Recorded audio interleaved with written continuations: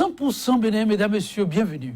Merci d'être une fois encore des nôtres. Se voir contraint de suivre sans raison apparente une chaîne de radiodiffusion ou une émission qu'on n'a pas délibérément choisie. Légion, sous d'autres cieux, en l'occurrence, sous des régimes autres que démocratiques, le supplice depuis peu serait aussi celui du peuple béninois. Le cas Soleil FM n'est plus à évoquer, mentionne certaines langues. Le tout dans un environnement médiatique fait pratiquement d'unicité de voix, même angle de traitement des sujets d'actualité, même approche. La kyrielle du journaux de la place semble particulièrement être passée maître dans l'art. Des contrats de partenariat occultes avec le régime du nouveau départ seraient passés par là. À tort ou à raison, la presse béninoise, dit-on, ne serait plus au meilleur de sa forme des lendemains de la démonopolisation des ondes ni de la pluralité des organes de presse. Qu'en est-il réellement? Une régression en soi, une épreuve dans l'ère des temps ou l'expression d'une révolution lancinante du monde des médias? 100% Bénin, le numéro du jour voudrait vous conduire dans l'univers du monde des médias au Bénin à l'ère du nouveau départ. Thème au menu, droit du public à l'information au Bénin, un droit en sursis sous la gouvernance Talon. L'analyse tout le long du débat sera celle des professionnels eux-mêmes, ceux qui ont été des grands combats ayant jalonné l'histoire de la presse béninoise. Mais avant de les retrouver, la revue de presse.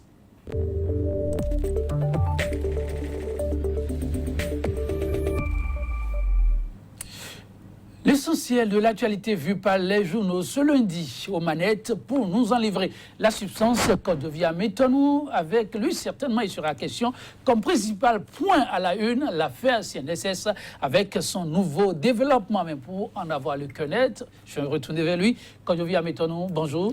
Bonjour à vous, Joël Todji. Bonjour également à nos amis téléspectateurs. Le moral?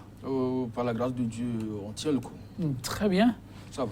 Ah oui, la une, j'en parlais tout à l'heure, j'imagine que je ne me suis pas trompé. Oui, il a fait CNSS. Oui, il a fait la garde à vue de Laurent Metton depuis vendredi. Il a défrayé la chronique. Beaucoup de canards sont revenus sur le fait. Il y en a qui ont déjà fait le bilan des 2 ans de la gouvernance Talon à la tête du Bénin. Et le Bénin est bien concocté. Alors, on va à la découverte de l'essentiel avec vous. Merci donc, Joël Tondji. On démarre avec le premier journal qui est Actu Express, qui met en manchette catastrophe économique, crise sociale, déconfiture politique, menace sur les libertés publiques. Le journal tire un bilan triste pour Patrice Talon et constate que les Béninois méritent mieux. Il y a donc urgence, selon le journal, d'une réconciliation entre le chef de l'État et son peuple. Depuis polémique autour de la concession de l'ES au CBN, les cheminots dénoncent la manipulation de l'opinion et rompent le silence. Quotidien La Dépêche, affaire Metognon, expulsion du DG MTN, trop de dossiers mal ficelés, et puis Laurent Metognon, seul responsable de la gestion de la Caisse nationale de sécurité sociale, s'interroge La Dépêche.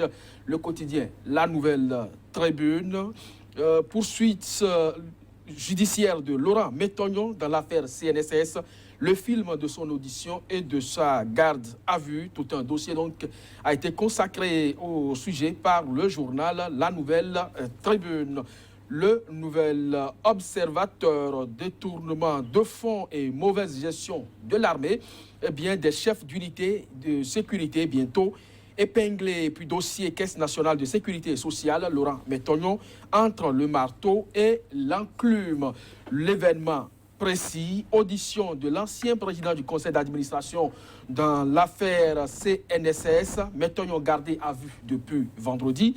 Des syndicats menacent et puis accusés d'actes attentatoires à la sécurité et à l'ordre public. Des non-dits sur l'expulsion du directeur général de MTN Bénin. Et puis le quotidien Notre Voix, de la BEF à l'Ocertide pour tenter de déstabiliser le front pour le sursaut patriotique. L'opposant Metognon, un détenu politique. Vous avez autant de déclinaisons. Un dossier donc sur la question et puis crise financière, économique et sociale sans précédent au Bénin. Christine Lagarde à Cotonou le 11 décembre pour constater les dégâts, écrit Notre Voix, qui parle toujours de MTN Bénin aussi, Bleuette expulsé. Les pratiques mafieuses de la rupture isolent davantage le Bénin, écrit le journal Notre Voix. Point média des expulsions donc, du directeur général de MTN Bénin. Le gouvernement n'a-t-il pas fait économie? De vérité, s'interroge le journal. Et puis, affaire CNSS, Métonio Gardi a vu depuis vendredi. Aujourd'hui, le jour de tous les dangers, s'exclame le journal, puisque l'homme sera présenté donc au procureur de la République. Ce jour, Joël Yetondier, ce sera donc avec Point Média qu'on va mettre un point final à la revue des titres à la une de nos canards ce jour. Merci, Kodovi. Maintenant, l'affaire connaît désormais de nouveaux développements. Garde à vue pour Laurent Métognon et consorts cités dans l'affaire CNSS. L'intéressé pourrait être présenté ce matin même au procureur de la République.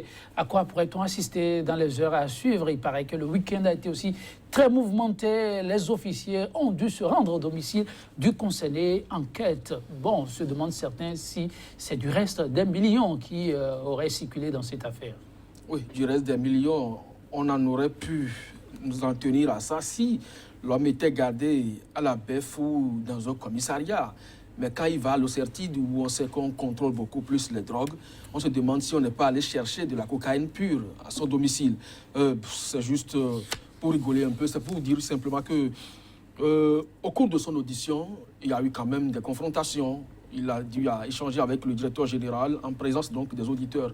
Et il s'était avéré que les 71 millions évoqués un peu plus tôt n'ont pas été quand même, n'ont pas tenu devant les confrontations. C'est plutôt une affaire de 2,5 millions assortie de champagne. Maintenant, Laurent Métognon n'aurait pas déchargé et il a cherché aussi à savoir c'est qui l'intermédiaire qui lui a été envoyé, ce qui n'a pas été jusque-là confirmé. Moi, je pense que le procureur de la République, qui est le responsable de la police, doit pouvoir donc écouter les uns et les autres et trancher sur la question. Mais quand le journal, par exemple, Point Média parle de jour de tous les dangers, je ne crois pas qu'il y a quand même une menace aussi grave. Ce qui est sûr, la justice fera son travail. Merci, Kadjovi Amétanou. Et pour un dossier aussi complexe, il faut bien laisser la justice faire simplement son travail. En son temps, on reviendra pour faire le point qui s'impose. Mesdames, Messieurs, merci de nous avoir suivis.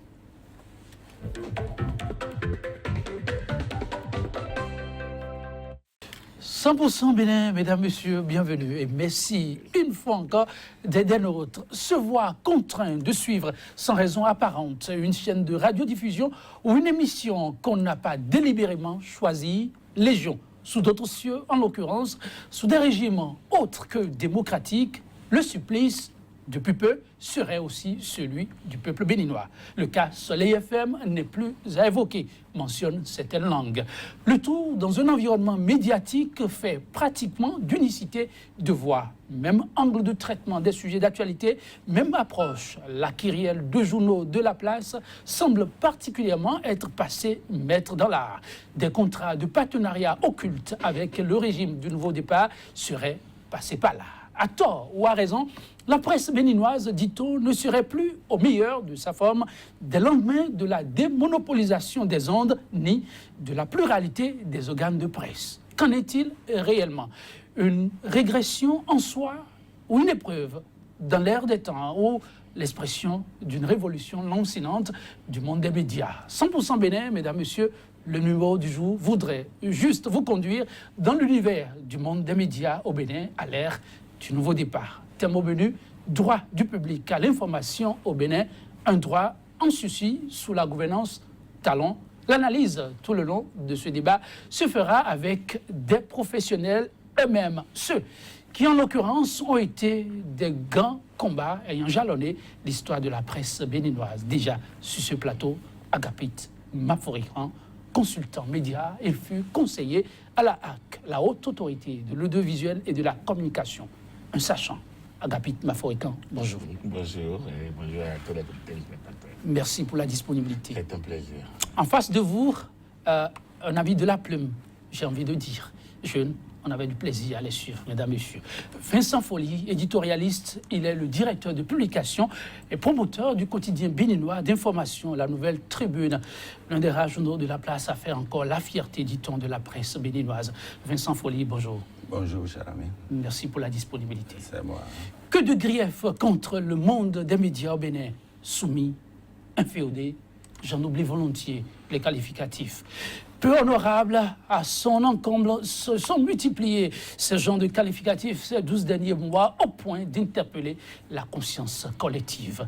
Qui mieux que les professionnels eux-mêmes pour laver le linge sale. Agapit Mafrican, je le disais, consultant vous êtes, mais les médias béninois, dit-on, peinent de plus en plus à avoir bonne presse. Une vue de l'esprit ou un fait qui saute à l'œil. Quel est le regard que le consultant média porte sur la presse aujourd'hui? Merci à tous les TV. Non, je dois dire que il n'y a rien d'extrêmement dangereux qui se passe dans notre pays. Il faut constater simplement qu'à l'ère des temps, on a toujours eu ce désir de plus de liberté. On a toujours eu ce désir des médias qui ont fait le combat de la liberté politique. Mais des libertés politiques retrouvées depuis 1990, qui font que c'est les partis politiques qui doivent animer la vie politique et non les médias. Et l'absence des partis politiques a laissé le terrain aux médias, si bien que quand on ne les sent pas, on a l'impression que quelque chose de grave se passe. Sous Kérékou, on a eu l'impression que les médias étaient en danger. Sous Yahi, il y a eu des publications. On a attaqué les contrats. On a estimé que Yahi était le pire chef d'État et que les médias étaient totalement en danger. J'ai été à la hack entre ces deux systèmes.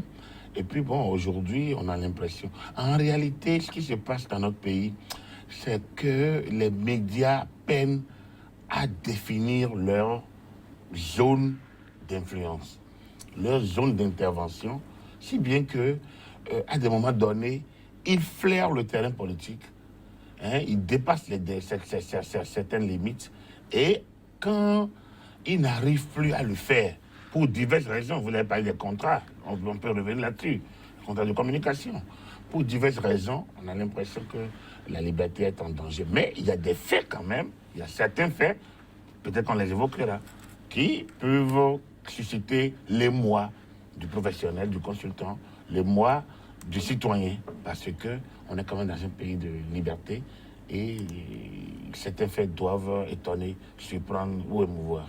Vincent Folly, la presse béninoise, une corporation en quête de ses marques. Bon, écoutez, je ne m'attendais pas à ce thème aussi large de savoir quelle est la situation de la presse aujourd'hui. Je pensais que le débat allait spécifiquement tourner autour du sujet que vous m'avez brossé au téléphone, mais il n'empêche, je suis du domaine, donc ce domaine ne m'est pas étranger. Mais je n'avais pas prévu de parler de la presse et de l'état de la presse. On a le temps d'en parler et de faire le bilan. Moi, je ne partage pas l'optimisme de mon confrère pour dire que en fait tout va bien, il n'y a pas de quoi s'inquiéter. Bon, la presse joue son rôle et s'il y a lieu de s'émouvoir, on s'émeut quand même. Je m'étonne qu'il voit la réalité telle que nous la vivons depuis les 18 mois, quelques que ce régime est là. Et il y a quand même de quoi s'inquiéter de ce que la presse, je veux parler de la presse écrite, est devenue, et même celle audiovisuelle. Et même celle audiovisuelle. J'ai demandé à mes amis de la Nation ou de l'OETB, la dernière fois, j'avais un entretien avec l'un d'eux qui me disait, bon, écoutez, moi je me réjouis actuellement, je n'ai pas de pression, je suis libre, je fais mes émissions comme je veux, le patron lui-même ne connaît pas mon numéro, il ne m'a jamais appelé. Et moi, je me suis demandé si on était dans le même pays. Parce que quand je regarde la télé de chez moi, je n'ai pas l'impression que l'expression est plurielle. Quand je regarde l'OETB aujourd'hui, tel qu'il présente les images, je n'ai pas l'impression que l'expression est vraiment plurielle. Cela dit, et moi, en ce qui concerne la presse écrite, je sais ce dont je souffre. Je sais de cette présence ombrageuse d'une partie des confrères de chez et qui orientent l'information dans un sens donné, comme si nous ne vivions pas dans le même pays. Et moi, ça m'inquiète de savoir que même les responsables, nos propres responsables, sont impliqués dans cette orientation donnée à la presse et qu'on n'a pas l'air de s'indigner. Regardez ce qui se passe dans le cadre de ce que je pensais être le sujet fondamental, le brouillage. On y revient. Du brouillage de radio. Aucune indignation de nos associations professionnelles. Ce n'est pas possible que depuis 2 mois, qu'une radio soit brouillée. On y revient, Vincent Folly. Merci. Oui, Agapit Maforif, quand il a ouvert la petite brèche, le constat de certains est pour ce qu'on pourrait considérer comme une quinte de déception de certains auditeurs et lecteurs, c'est un certain unanimisme autour des titres que l'on lit de plus en plus. À croire qu'il y a désormais une nouvelle génération où c'est une saison où l'inspiration, elle est commune, elle est divine. Le professionnel, le consultant observe cela comment? Non, moi, je suis pas ému, c'est ça. Je vais vous dire, mais j'ai écouté des diatribes, j'ai lu plein de littérature sur le système passé, la décennie passée, et les menaces que ça constitue pour la liberté de presse. Je pense que j'ai dit, les médias eux-mêmes peinent à définir leur surface. Et quand les médias peinent à définir leur surface, il ne faut pas aller chercher ailleurs. La question des titres de l'unanimité, c'est quoi le problème? Quand un fournisseur avance vers un client, ou bien quand un client va vers un fournisseur en disant « j'ai besoin de ton service » et tu offres le service, est-ce qu'il y a mal? Les médias confondent des médias confondent. Avec Vincent Folly est là, si je dis les médias, c'est que je généralise, je n'ai pas envie de le faire, parce que je le lis avec plaisir. Donc, des médias confondent communication et information. Alors, moi, je n'ai pas envie de dire, non pas le droit de faire de la communication, mais le code de déontologie dit qu'il faut séparer l'information de la communication. Est-ce qu'ils le font? Beaucoup ne le font pas. Mais je ne peux pas condamner que des cellules de communication commandent et envie d'améliorer l'image des structures qu'ils gèrent. Donc, je ne sais pas, il y a médias, il y a l'information. Le droit à l'information du public doit être préservé par, normalement, les médias qui existent, qui doivent informer. L'une des fonctions des médias, de la presse, c'est informer. Alors, maintenant, après, les supports de l'information, les médias, peuvent servir à communiquer, à arranger l'image. On doit séparer. Oui. Mais, donc, moi, comme je le dis, j'ai lu des diatribes, j'ai écouté plein de gens mélanger eux-mêmes parce qu'ils ne comprennent pas que les médias peuvent être utilisés pour arranger l'image, pour corriger l'image. Donc, il faut qu'on clarifie cette question. Maintenant, les responsables des médias doivent jouer leur partition en demandant aux leurs. Nous avons créé l'Observatoire de la déontologie et de l'éthique dans les médias pour pouvoir arranger, pour pouvoir interpeller, pour pouvoir condamner. Les médias on va apprécier leur rôle. Oui, voilà, Vincent Folly, oui. Ça. Donc, moi, ce n'est pas de l'optimisme béat, mais je considère que dans le pays, il faut que chacun joue sa partition. Et en la matière, moi, j'estime que si tous les médias décident de ne plus faire du pluralisme, mais ça à l'ère du temps, on constatera que depuis 2006, parce qu'il y a des littératures qui existent, qui estimaient que 2006-2016 étaient les périodes les plus sombres. Donc, on va considérer que peut-être que ça se poursuit. C'est la continuité de 2016. Voilà, donc... Peut-être, oui, Vincent Folly, la confusion de genre, un mal qui s'emparer désormais de la corporation. Ah oui. Et je dis toujours que je ne partage pas son optimisme. Moi, j'ai l'avantage sur lui d'être encore en activité. Et bien sûr que de temps à autre, il fait des crochets et nous avons pu nous rencontrer à une certaine occasion. Il sait de quoi je parle. Donc, et le fait qu'il ne soit pas dans le feu de l'action, il n'apprécie pas le phénomène à sa juste valeur. Le régime qui est venu est différent de celui qui l'a précédé. J'ai senti que le régime Yahi a fait beaucoup de communication, mais je ne me suis jamais senti aussi écrasé que sous ce régime. Parce que je vais vous dire, écrasé, véritablement. Parce que je vais vous dire la vérité, nous sommes dans une zone de franchise.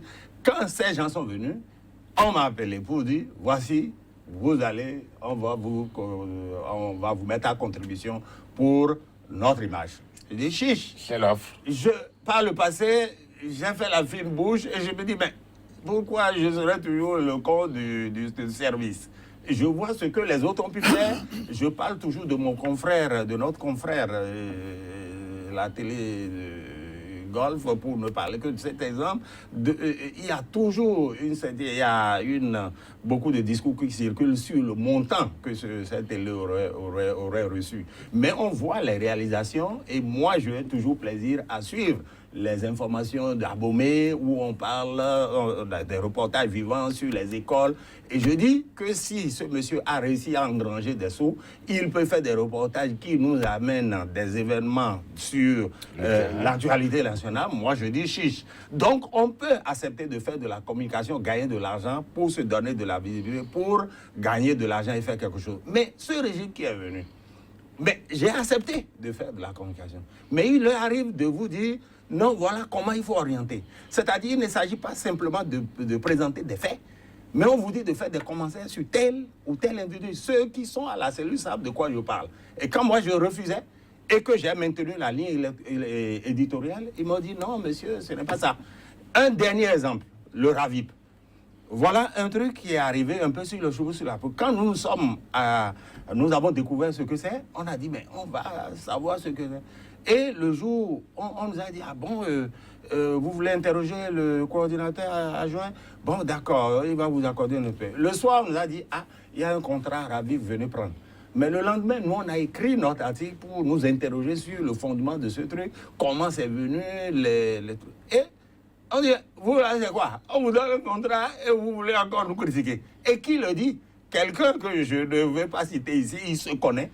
Mais je dis, mais c'est pas possible. Je suis prêt à communiquer. Envoyez-moi des tests pour dire, voilà, les gens doivent aller s'aligner devant les trucs pour se faire enregistrer. Mais si je vois des aspects critiques, mais il faut que je sois capable de dire. Si je ne peux pas le dire, donc je ne suis plus journaliste. Donc, tel que les choses se passent aujourd'hui, on vous dit de rester dans un créneau. Soit vous êtes avec nous, soit vous êtes contre nous. Ce n'est pas possible. L'information, c'est un droit du public. Et si nous remarquons qu'il y a des choses qui ne vont pas, moi, je suis... Vous voulez dire que le regard critique n'est pas admis? Le regard critique n'est pas admis. Et je prie mon confrère de me croire que tel qu'il dit que ça se passe, si les choses doivent se passer ainsi, à savoir un certain monolithisme, une pensée unique qui doit traverser la presse, on est tous foutus.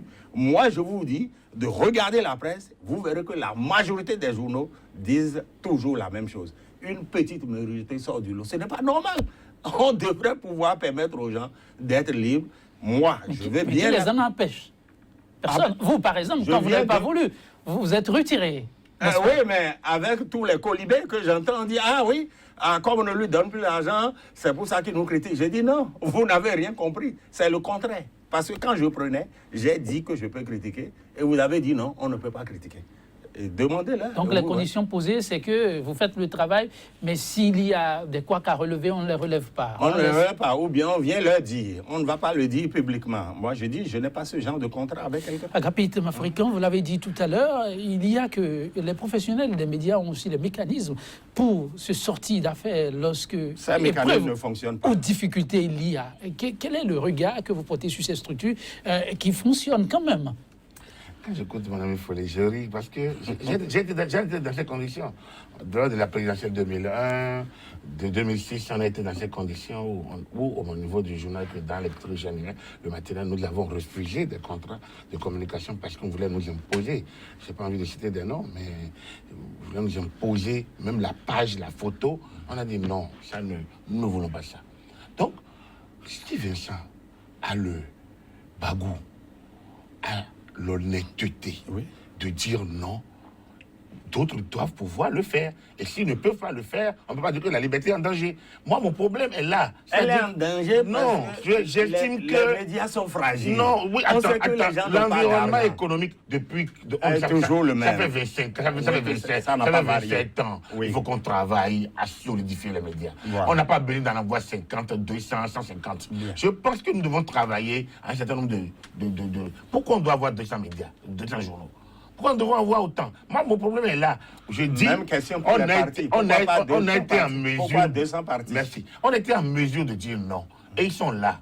On a refusé, on a continué. Et ceux qui avaient des contrats avec nous et avec lesquels on pourrait avoir notre liberté, c'est-à-dire publier leurs informations, mais nous donner notre liberté de commentaire, nous avons continué avec eux. Moi, j'estime que... Et nous serions.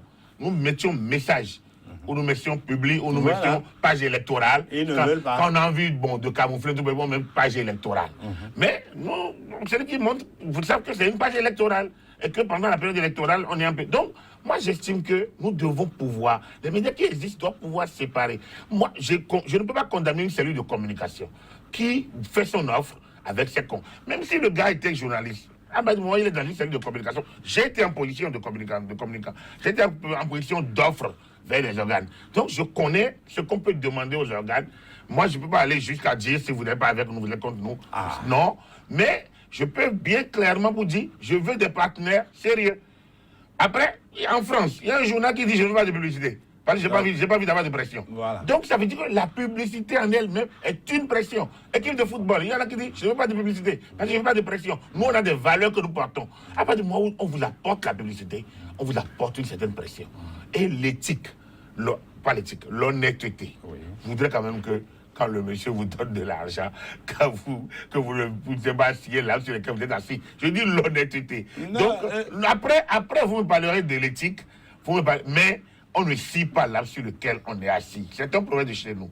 Donc, que le journal français qui dit je ne prends pas de pub parce que je n'ai pas de pression, les équipes de football qui disent je ne prends pas de pub parce que nous on a des valeurs, je pense qu'ils ont analysé un certain nombre de paramètres avant de dire on ne prend pas. Et Vincent Folly, je dis, moi, quand je me lève, je dois lire la Nouvelle Tribune. Je lis d'autres journaux, mais je lis la Nouvelle Tribune parce que j'estime que j'ai d'autres choses que je peux lire dans la Nouvelle Tribune. Ça fait au moins 15 ans. Ça fait au moins 15 ans que je peux répéter la même chose. Ça fait 15 ans que le journal existe. Oui, c'est ça que je dis. J'étais au lancement du journal. Donc, je peux dire que, en réalité, je connais l'univers un peu et je le fais. Mais cela dit, je ne suis pas toujours d'accord avec les prises de position de la Nouvelle Tribune. Parce que, comme j'ai dit, j'ai été à une position où je connais... Maintenant, vous parlez des mécanismes. Effectivement, les mécanismes, peut-être qu'on les a mis en place, ne fonctionnent pas bien. Parce que nous manquons de discipline. Et quand nous manquons de discipline, moi, je n'ai pas envie qu'on aille attaquer l'autre. Chez nous, en gros, on dit comment? Qu'au marché, au champ, le singe t'a attaqué, tu vas t'en prendre au maire de jumeaux. Je ne sais pas si vous comprenez un peu l'image qui se cache. Mais je ne peux pas qu'on aille chercher le problème dehors. Il est de l'intérieur. Que faisons-nous pour assurer, pour garantir notre profession? Que faisons-nous pour délimiter notre surface, pour que d'autres ne viennent pas s'y insérer et donner des instructions? Moi, sous le régime passé, certaines choses m'ont surpris, ou parfois les chargés de communication ne savent même pas ce que le chef d'État a demandé, ça passe sur les télé. Je trouvais que c'était quand même ahurissant. Chargé de communication, conseil technique en communication, ne sait même pas ce que le chef d'État... Et on voit, ne regarde pas, il n'y a même pas de concertation, il n'y a pas... Donc, j'estime que nous vacillons, nous zigzagons. Et après du moment où nous zigzagons, nous vagabondons, il est évident que d'autres puissent prendre le dessus. Je tenais le même langage, je continue de le tenir. J'estime qu'il appartient à la profession, aux mécanismes en place, qui sont toujours en place, qui sont financés sur la base de l'aide de l'État à la presse, par ailleurs. Donc, ils sont financés par l'État, de prendre les responsabilités. Mais quand je vais finir de dire ça, ils vont faire quoi? Ils vont mettre des policiers dans les rédactions. C'est ça. Il faut encore qu'il y ait une discipline interne. Donc, deux choses, que les organes prennent leurs responsabilités. Quand je dis ça, c'est comme si je m'en prends à 5 ici, à 7 là, à 12 là, à 13 là. Mais s'il y a l'autodiscipline, nous, on se pliait volontiers aux exigences, aux injonctions de ces structures. Mais aujourd'hui, on a l'impression que des gens ne veulent pas se plier. Chacun fait ce qu'il a envie de faire. Et c'est comme s'il n'y a pas d'autorité, il n'y a pas de structure, il n'y a rien. Dans ces conditions, vous ne vous étonnez pas que quand vous n'avez pas de clôture, que les gens, les moutons, les voleurs, tout le monde viennent brouter sur votre territoire. La balle, donc, dans le camp des professionnels eux-mêmes, oui, Vincent Folly. Je suis d'accord avec lui et je vais lui donner un premier point d'accord. C'est qu'il a été dans une position de communicateur, ce que moi je n'ai jamais vécu, parce que chacun a son expérience et peut-être je vois un peu trop le monde devant ma porte. Mais lui, il a été communicateur et lui, on a eu à échanger. Et à un moment donné, il vient me voir et il sait ce qu'il va me demander. Et je lui reconnais ce droit de dire, ah Vincent, si tu ne peux pas le faire, dis-le-moi. Et il est arrivé même, il n'y a pas très longtemps, que je lui ai dit non, ce genre de choses, je ne peux pas le faire. Et il a respecté ma liberté. Encore que d'autres ont pu publier ce document que moi j'ai pu refuser. Cela dit, je lui rends hommage pour ça.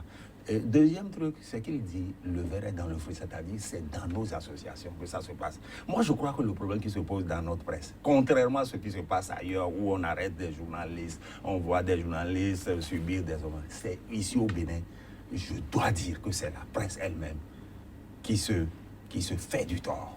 Les politiciens, à la limite, ils nous laissent libres. Regardez pour le partage de l'aide de l'État à la presse. Il n'y a pas de pression de politique, c'est nous-mêmes. Mais comment nous organiser depuis quelques années pour pouvoir rentabiliser, pour faire en sorte que cette aide puisse nous profiter, nous n'arrivons pas à sortir de là parce que nous ne nous organisons pas. Donc aujourd'hui, je suis capable de lui dire, et c'est peut-être ça qu'il ne sait pas, que ce sont les associations eux-mêmes qui se sont inféodées aux hommes politiques. Et qui les ont associations. Oui, les associations. Je connais un président d'association. Des individus. Parce que des individus qui sont à la tête d'institutions. Dans une situation normale, celui-là, on devrait le démettre. Si nous étions suffisamment organisés, ça ne devait pas se passer. Parce que l'association doit être au-dessus des principes. Et doit être à cheval, j'allais dire, sur les principes. Et celui qui dirige ne peut pas accepter des compromissions. Ce que nous voyons aujourd'hui est ahurissant, puisque c'est des individus qui représentent les associations, qui sont à la tête des associations, qui se mettent dans la communication avec le gouvernement. Et ça, ce n'est pas le gouvernement qui l'aurait voulu. C'est nous qui aurons dû avoir une position suffisamment ferme pour dire non, ce n'est pas comme ça que ça se passe. Et c'est au Bénin seul que les choses se passent ainsi. Regardez en Côte d'Ivoire, regardez au Sénégal, où la presse est relativement d'un niveau plus élevé, les choses ne se passent pas ainsi. Ce qui se passe au Bénin est inquiétant. Et c'est les associations, en tout cas, ce sont les professionnels eux-mêmes qui tuent la profession. Au-delà des écrits, mesdames, messieurs, il y a un fait qui retient depuis peu l'attention. Difficile pour les auditeurs d'un certain nombre de chaînes de pouvoir suivre comme cela se doit les programmes auxquels ils sont habitués. Le cas récurrent serait celui de la 106 Soleil FM. Là-dessus, le Front pour le sursaut patriotique a donné récemment de la voix pour un appel à plus de responsabilité et d'engagement politique. S'agit-il d'engagement politique? Comment peut-on apprécier et en arriver à régler une fois pour toutes ce désagrément et autres corollaires autour de cette situation? Avant de donner la parole à nos invités, je vous invite plutôt à suivre cet élément témoin. Il est bien connu que le brouillage et le piratage de la fréquence de certaines radios, Soleil FM depuis plusieurs semaines, et de Cap FM le lundi 6 novembre 2017, lors du passage à cette antenne de Laurent Métonyon, ne sont pas les premières entraves contre la liberté de presse, la liberté d'expression et le droit à l'information au Bénin.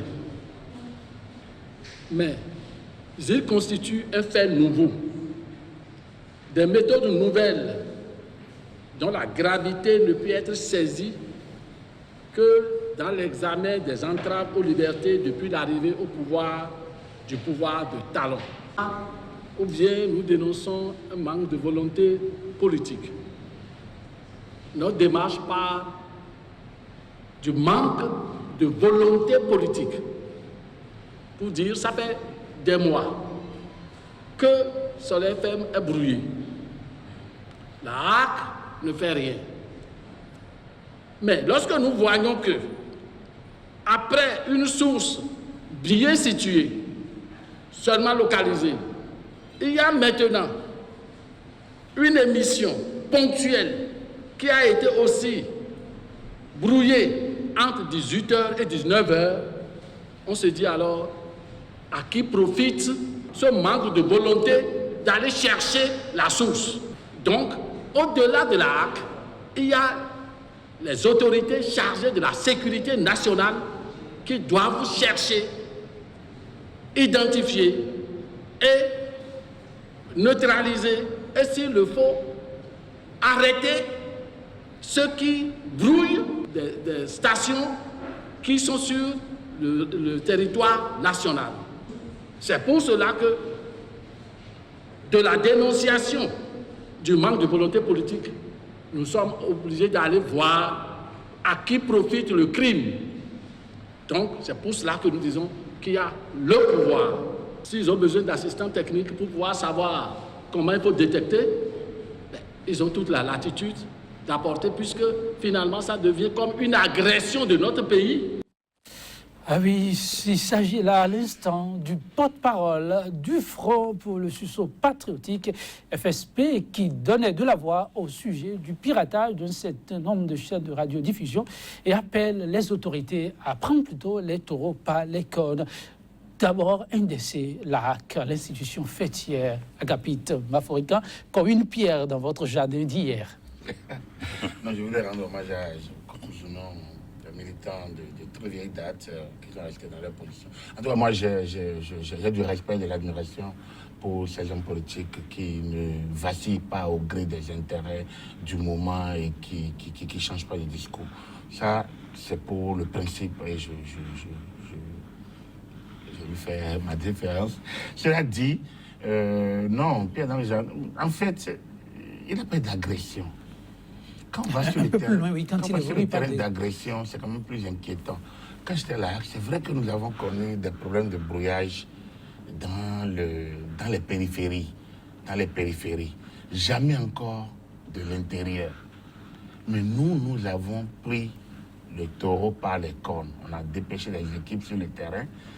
Il y a eu un rapport. La commission technique, il y a un conseiller ingénieur de télécommunications qui est là, qui a fait un rapport et on a discuté. C'était des chaînes du Nigeria, par-ci, du Togo par-là. Je connais ce phénomène parce que nous avions connu ça. C'est pour ça qu'au départ, moi, ça m'a laissé froid parce que j'estimais que c'était un phénomène. La chaîne Soleil est implantée à Djefa. Djefa, Nigeria, n'est pas si loin. Je vous avoue qu'au départ, je n'avais pas donné tant de considération politique à ça. Et puis après, le langage a commencé par aller sur un terrain purement politique. Donc j'ai pris un peu de recul d'analyse pour m'interroger qui a intérêt à le faire. Donc, pour le moment, je ne suis pas ici pour parler politique, je pense qu'il appartient effectivement à la HAC de prendre le taureau par les cornes, normalement, de prendre les mesures qui s'imposent.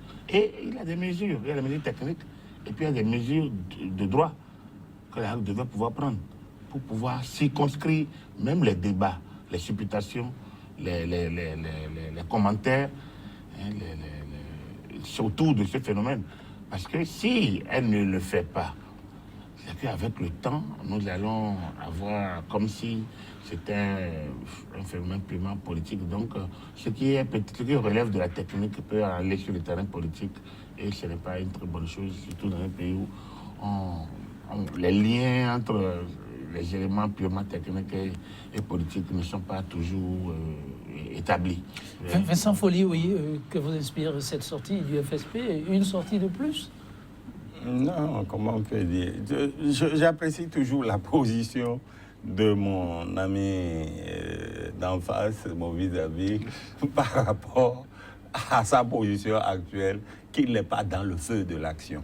Et donc, il est un peu plus indulgent envers les choses. Mais ayant vécu à la HAC, il nous donne l'exemple de ce qu'ils ont pu faire pour les cas de brouillage qu'on peut expliquer par la proximité avec les frontières du Togo, du Nigeria. Quand moi je suis à Grand Port chez moi, c'est vrai que les stations togolaises sont beaucoup plus captées chez moi que les stations qui sont au Bénin. Bon, il faut remonter vers Ouida pour commencer à à capter nos stations. Ça, je crois que l'explication là est connue. Maintenant, même là-bas, il y a des accords, parce qu'un pays, c'est quand même une limite, et notre pays a des limites. Mais on sait qu'il y a des brouillages de ce côté-là. Cela dit, ce qui arrive actuellement à Soleil FM, c'est un cas qui dépasse l'entendement. C'est la HAC qui donne... Cela dépasse l'entendement parce que la HAC est censée, à un moment donné, je crois que du temps où mon ami Agabit était là, on a demandé à une chaîne comme LC2 de quitter la fréquence qu'elle occupait. Je crois qu'elle émettait en VHF, si mes souvenirs sont bons. Elle devait rester en VHF, elle est allée en UHF. C'est-à-dire occuper la chaîne, l'espace public. Bon, on lui a dit, et ça a été difficile, mais elle a obtempéré. Ça veut dire qu'on sait à quelle fréquence vous a donné, à quelle fréquence vous devez rester. Donc ce n'est pas normal qu'on dise qu'une station vient brouiller une autre sans trouver une solution dans les minutes, les heures, sinon les jours qui suivent. Or, nous sommes à plusieurs jours, plusieurs mois maintenant de ce brouillage et ce n'est pas possible. Les bruits que nous entendons doivent avoir un fondement. Il faudrait qu'on nous explique pourquoi une station vient se greffer sur une autre qui a obtenu régulièrement sa fréquence pour diffuser à des heures de grande écoute de la musique simplement. Il y a quelque chose qui ne va pas. Si c'est un service de la République, il faut demander à ces gens qui agissent à quel titre ils le font. Il faut leur demander à quel titre ils le font. Donc moi je crois qu'il y a une sorte une conspiration du silence dans notre pays. Qui fait que... C'est ce que vous n'exagérez pas. Non, conspiration du silence, ça veut dire... Il a eu sa réaction. Écoutez, ne parlons pas tout haut, on nous écoute, on nous guette, et ne dites pas ce qui ne va pas. Si c'est tel service, on ne peut pas le dire tout haut. Mais pourquoi ne pas le dire tout haut? Nous sommes dans un état de droit. On a accordé une fréquence à quelqu'un, personne d'autre ne doit faire autre chose. Si on estime, puisque j'entends des cris de certaines personnes qu'on a toujours vues derrière le régime, qui a dit, si telle radio se comporte comme une radio mille collines, il faut la supprimer. Je dis, mais de quoi il parle? Si il tentait qu'il existe une radio qui fait des messages du genre de ceux qu'on appelle, qu'on a entendu dans ce qu'on a appelé la radio mille collines, personne ne trouvera à redire en disant fermez cette radio parce que on ne peut pas prêcher la haine raciale ou on ne peut pas prêcher le désordre dans un pays. Personne ne peut accepter ça. Mais est-ce qu'en l'occurrence Radio Soleil est une radio de ce genre? Et il faut le dire. Mais si c'est le cas, c'est officiellement qu'on prendrait des mesures pour dire voilà, on met fin à vos émissions. Ce n'est pas le cas. Donc, voilà une radio qui a une fréquence, elle doit émettre sur cette fréquence et c'est d'autres personnes qui viennent émettre une radio. Il y a quelque chose à faire et la HAC est absolument responsable. Il n'y a pas d'autre responsabilité. En attendant l'État qui se cache et qui fait semblant de ne pas savoir ce qui se passe. Parce que toutes les fréquences sont des fréquences de l'État. Et si la HAC ne peut pas le faire, le ministère qui donne les fréquences en dernier ressort, en premier ressort, si je peux même dire, c'est la HAC. Pour les radios et les télévisions. Pour les radios et les télévisions. Mais l'État, c'est l'État qui est propriétaire, absolument, qui sait ce qu'on appelle fréquence. C'est l'État qui dit telle fréquence est disponible. Parce que vous, quand vous devez donner les fréquences, il semble que le gouvernement vous délimite les territoires. Et bon, donc, moi, je dis que la HAC est responsable entièrement de ce qui se passe. Et derrière la HAC, l'État qui est censé protéger nos intérêts. Parce que si quelqu'un peut facilement glisser sur la fréquence d'une autre, c'est un danger. Ça veut dire qu'on peut faire émettre des messages de terrorisme, puisque aujourd'hui nous sommes entourés des pays qui sont potentiellement dangereux. Donc, nous pouvons craindre qu'on puisse utiliser la fréquence que quelqu'un a officiellement obtenue pour faire passer des messages. C'est vrai, les jours passent, plusieurs semaines. Est-ce que on évolue un peu trop déjà dans le temps et dans un silence qui ne dit pas son nom, où on peut comprendre un peu ce qui se joue au niveau de la HAC, qui est peut-être en train de prendre toutes les dispositions pour donner raison, et non, pour donner satisfaction, et définitivement alors par rapport à cette situation. Je pense que ça du tout. En réalité, moi je ne comprends pas. Les jours passent, je pense que ça, les jours passent quand même. C'est pour une chaîne qui n'est pas loin de la HAC, c'est à moins de 20 km. Normalement installé à moins de 20 km du siège, nous devons pouvoir avoir quelques réponses. Je connais la situation de la HAC. Je ne suis pas si dégagé que ça, puisque comme je dis, je suis consultant, donc je connais la situation. La HAC n'a pas les moyens. Elle n'en a pas. Elle n'a pas les moyens techniques. Pendant que nous étions là, nous avions le cas de contrôle des spectres, qui est un cas acquis avec un cas très cher. Et le cas a été endommagé. Ils n'ont pas pu parce que les instruments ont évolué, tout ça. Bon, je pense qu'avec le numérique, ça va faire. Là, elle n'a pas les moyens techniques pour travailler. Alors, ça, c'est une situation. Maintenant, que fait la HAC elle-même? Est-ce qu'elle dit, je n'ai pas les moyens? Moi, je sais qu'elle n'a pas les moyens. Je sais que le personnel même qualifié, il y en a quelques-uns. Mais par rapport à l'offre, par rapport au travail qu'on lui demande, par rapport au nombre de radios sur le terrain, par rapport aux sollicitations, je pense que la HAC a besoin encore et du personnel, et des moyens financiers, et des moyens logistiques. Le cas de contrôle acquis à 1,5 milliard en 2004, en 2003-2004. À l'époque, on pourrait mettre le cas sur le terrain. On pourrait connaître un peu ce qui brouille. On pourrait connaître les fréquences qui interagissent. Quoique la HAC, comme il a dit, la HAC ne gère qu'une partie. Alors, comme le disait tout à l'heure l'intervenant, il est question alors de regarder du côté du pouvoir qui pourrait aider. C'est pour ça que j'ai dit tout à l'heure que la HAC a deux. Au niveau, la HAC peut saisir le procureur. Les textes lui permettent ça. La HAC saisit le procureur des infractions à la loi organique. Jusqu'à présent, je ne sais pas pourquoi ça n'a pas été fait. Par exemple. Ça, c'est une première option. Mais je respecte. Comme je dis, c'est eux qui sont là. Nous, c'est Halbin. Donc, je ne peux pas leur dire, faites. C'est eux qui apprécient l'opportunité de le faire. Donc, moi, je suis. Donc, la HAC peut saisir le procureur des infractions à la loi et lui dire ce qu'il fait. Maintenant, est-ce que de l'intérieur, la HAC a pris position? Il ne me semble pas avoir entendu une position claire de la HAC sur la situation. Il ne me semble pas avoir entendu que la HAC ait dit qu'elle n'a pas les moyens pour agir.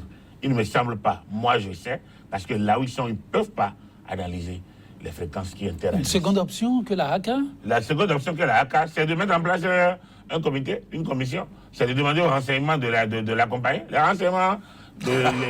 non, là, tout à l'heure, c'est l'État. Tu as dit quelque chose de drôle là. Tu as dit que c'est l'État. Prenons, moi, l'État, oui. Oui, l'État, la HAC est une institution républicaine et les renseignements, c'est les renseignements de la République. Donc, solliciter le chef de l'État, demander que les renseignements l'accompagnent à comprendre un peu ce qui se passe. Soit les renseignements, il y a plusieurs structures qui ont des moyens. Les renseignements généraux, comme les renseignements spécifiques, la police, la gendarmerie, l'armée, les forces navales.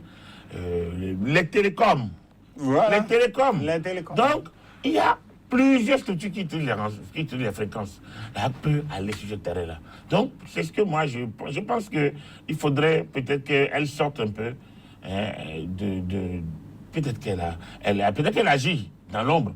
Donc, peut-être qu'elle agit dans l'ombre. Mais à mon avis, pour qu'il n'y ait pas une récupération politique, une analyse politique de la situation, moi je pense que la HAC a intérêt à sortir un tout petit peu, à dire ce qu'elle fait et à projeter, à libérer Soleil. Et le spectre, la peur des brouillages, qu'on sorte de la peur des brouillages. Parce que si on va vivre dans un pays comme le Bénin, dans la peur des brouillages, il se pose quand même un problème. Le risque d'aller sur un terrain politique, l'intervenant, lui, il y est pleinement et demande à ce qu'il y ait manifestation d'une certaine volonté politique. Oui, parce que c'est même pas bon pour notre pays de laisser perdurer ce brouillage. Ça n'est pas bon pour les autorités du ministère de l'Information qui contrôlent les télécoms de ne pas savoir que des fréquences d'une radio donnée sont brouillées par une structure inconnue. Ce n'est même pas possible. Ça veut dire que le pays, nous ne sommes pas en sécurité. Ça veut dire que les renseignements dont il vient de parler ne font pas leur travail. Or, si on met à contribution ce service de l'État, qui est un service républicain, on devrait pouvoir dire voilà ce qui se passe, parce que c'est la sécurité même du pays qui est en jeu. J'espère que tu me suis. Très bien, parce que j'ai l'impression que tu es distrait. Je veux dire tout simplement que la responsabilité est grande pour l'État de mettre fin à ce brouillage. Sinon, continuer à se taire ressemblerait à une sorte de complicité qui ne dit pas son nom. que pourrait bien faire l'autorité. Lorsque la RAC se dit avoir peut-être encore un peu de temps, peut-être que la RAC aussi travaille en sourdine, comme vous l'avez dit, mais que le temps passe, les auditeurs s'impatientent. Et quand ça se fait comme ça, est-ce que l'autorité peut prendre aussi le devant des choses? Quelle autorité? L'autorité publique. Vous avez parlé du ministère de l'Information. Non. Ça ne se fait pas comme ça, pas possible. Non, il faut forcément l'intervention. Ils peuvent à la limite aider là. C'est-à-dire qu'ils peuvent transmettre des notes, ils peuvent transmettre des documents, ils peuvent prendre des initiatives et transmettre. C'est un appui à la HAC. Mais si vous permettez à l'autorité publique administrative, autre que la HAC, d'intervenir sur ce terrain, ne seront pas surpris demain que sur d'autres terrains, ils interviennent. C'est pour ça que la HAC a intérêt à communiquer sur ce qu'elle fait. La HAC a intérêt à communiquer parce que ne pas communiquer, comme M. Folik dit, il faut que les renseignements agissent, il faut que le ministère de la Communication agisse. Là, c'est la position normale d'un citoyen qui est finalement se sent impuissant devant une situation où la structure qui doit agir n'agit pas. Il faut que la HAC communique sur ce qu'elle fait. Parce que justement, l'absence de communication, est-ce qu'elle fait quelque chose? Est-ce qu'elle fait rien? Moi, je dis, mais saisir le procureur, c'est quand même la chose la plus simple. Excusez-moi si je viens sur votre terrain, mais saisir le procureur, c'est quand même plus simple. Des infractions, nous avons constaté. Mais il me semble avoir lu que Soleil FM aussi pouvait saisir également le procureur. J'ai lu ça d'un consultant aussi, d'un homme de droit, un juriste, un conseil. Donc, peut-être, mais il faudrait peut-être faire recours aux structures publiques. Oui, donc, pour moi, je ne serais pas preneur que l'autorité administrative centrale prenne les devants d'une telle situation, parce que les risques d'empiètement sur ce terrain, et je sais de quoi je parle, les risques d'empiètement sur ce terrain sont très grands. Il faut laisser la HAC, mais il faut interpeller la HAC. Il faut aider la HAC, il faut équiper la HAC. Je veux dire, à la décharge ce que nous venons de dire, c'est des éléments à sa disposition. Après, si la HAC choisit une option, il faut au moins qu'elle informe les populations que voilà l'option que nous avons choisie pour que les questionnements, tout ça puisse un jour. Et surtout qu'on ne mélange pas le terrain. Moi, je veux continuer à croire que c'est un aspect technique de la situation jusqu'au moment. Merci Agapit. Si on n'a pas les réponses, on risque d'aller sur le terrain politique. Vincent Folly, très rapidement. Oui, je vais demander à l'autorité qu'il a été et qui connaît les citoyens qu'il est aujourd'hui. Non, l'autorité qu'il a été. Est-ce que il n'y a pas interférence entre les attributions de la CEP qui s'occupe des fréquences et qui a peut-être plus de moyens pour aider la HAC à faire ce travail que techniquement il ne peut pas faire. Est-ce que l'ANSEP ne peut pas aider dans le cadre de travail collectif ou bien de l'inter... des efforts, Ailleurs, le cas de contrôle, c'est plutôt le répondant de l'ANSEP qui l'a. Voilà. Parce que l'ANSEP gère plus de fréquences que la HAC. Les fréquences des GSM. Voilà. Donc, la HAC peut solliciter. Merci Marc-Faugan, merci Vincent Folly. Mesdames, Messieurs, merci pour votre participation. L'animation de ce débat, ce sera tout en quelques secondes. Dites, comment observez-vous le droit du public à l'information? Non, le public exerce son droit à l'information. Le problème, c'est la liberté économique. Merci, Vincent Folly. Non, il est toujours gentil. Le public n'exerce pas entièrement son droit à l'information. Les preuves existent et je voulais dire quelque chose par rapport à la HAC. La HAC que lui, il a vécu n'est pas la HAC que nous voyons maintenant. Depuis que cette HAC est installée, je vous assure, le président se comporte comme l'autorité. Je ne vois pas une collectivité. À l'époque, j'avais vu Wenotin, j'avais vu lui et Agapit qui était... Wenotin était le vice-président. Après... Vincent Folly, c'est terminé. Merci, mesdames, messieurs, 100% Bénin, l'émission du jour. C'est du passé, on peut le dire ainsi. On vous fausse compagnie, et ce sera sur cette citation de l'écrivain et journaliste anglais George Orwell. Parler de liberté n'a de sens qu'à condition que ce soit la liberté de dire aux gens ce qu'ils n'ont pas forcément envie d'entendre. Merci à vous de nous avoir suivis. À demain.